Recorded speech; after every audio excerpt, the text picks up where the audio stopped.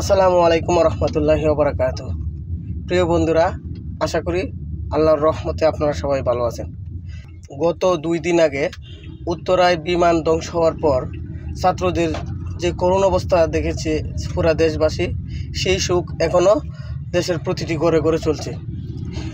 এই ঘটনার প্রেক্ষিতে অনেক কথাই পক্ষে বিপক্ষে বলা যায়। সরকারের অনেক ব্যর্থতা রয়েছে এবং এটা নিয়ে বিভিন্ন মহল রাজনীতি অপরাজনীতি করার চেষ্টা করতেছে। তো আজকে আমি রাজনৈতিক কোনো বিষয় নিয়ে আলোচনা করব না, শুধু একটা বিষয় নিয়ে আলোচনা করব, সেটা হচ্ছে বন্ধুত্ব। সম্প্রতি একটা ভিডিওতে দেখলাম, একটা ভিডিওতে বা একটা নিউজে দেখলাম যে একটা ছেলে বলতেছে যে তার বন্ধু আগুনে পুড়ে গেছিল। তখন যারা উদ্ধারকারী ছিল তারা বলতেছিল সে তো প্রায় মারা গেছে, তোমার যাওয়ার দরকার নেই। কিন্তু তাদের না করা সত্ত্বেও ওই ছেলেটি তার বন্ধুর কাছে পৌঁছাইছিল। বন্ধুর কাছে পৌঁছানোর পর সে বলল, সে যখন বন্ধুর কাছে যায় তখন বন্ধুটি জীবিত ছিল এবং তার শেষ কথা ছিল যে আমি জানতাম তুমি আসবে। এই কথাটা দিয়ে অনেক কিছুই আমরা শিক্ষা পাই।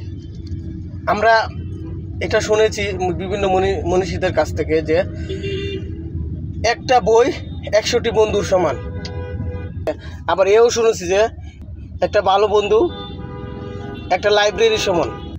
অনেক দিন আগে সুলাইমান সুখনের একটা মোটিভেশনাল ভিডিও দেখছিলাম, সেইখানে তিনি বলছিলেন যে বন্ধু হতে হবে এইরকম যে মনে করো তুমি রাতের 2টার সময় মারা গেছো, বাহিরে প্রচুর ঝড় বৃষ্টি, তারপরেও সেই বন্ধু তা উপেক্ষা করে তুমি যে মারা গেছো তোমাকে দেখতে চলে আসবে।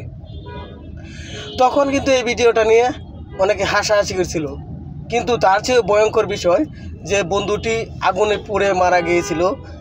উদ্ধারকর্মীরা নিষেধ করা সত্ত্বেও সে কেবল বন্ধুত্বের টানে সেই বন্ধুটির নিকট চলে গিয়েছিল।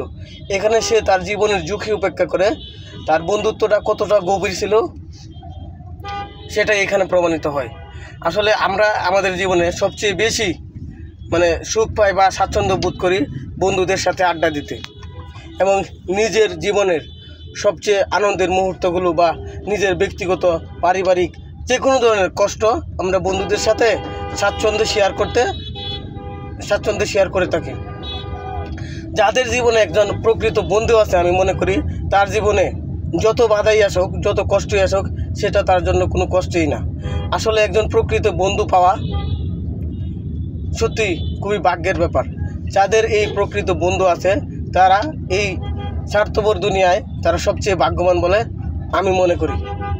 আমরা ছোটোবেলা বইয়ে পড়েছি যে বিপদের বন্ধুই প্রকৃত বন্ধু, ঠিক আছে? উত্তরার সেই ছোটো 2টি বালকের সেই করুণ কাহিনীটা আমাদেরকে ছোটোবেলার সেই স্মৃতিতে ফিরিয়ে নিয়ে গেল। আসলে বন্ধুত্ব নিয়ে বলতে গেলে সারা দিন রাত 24 ঘন্টা শেষ হয়ে যাবে, কলমের খালি শুকিয়ে যাবে, তারপরেও বন্ধুত্বের এই গভীরতা, এই ভালোবাসা শেষ করা যাবে না। উত্তরার ঘটনায় যারা হতাহত হয়েছেন, বিশেষ করে যারা নিহত হয়েছেন, আল্লাহ তাদেরকে শহীদ মর্যাদা দান করুন, এবং যারা এখনও আহত আছেন তাদের দ্রুত সুস্থতা কামনা করছি। সবাই ভালো থাকবেন, সুস্থ থাকবেন। আল্লাহ হাফেজ।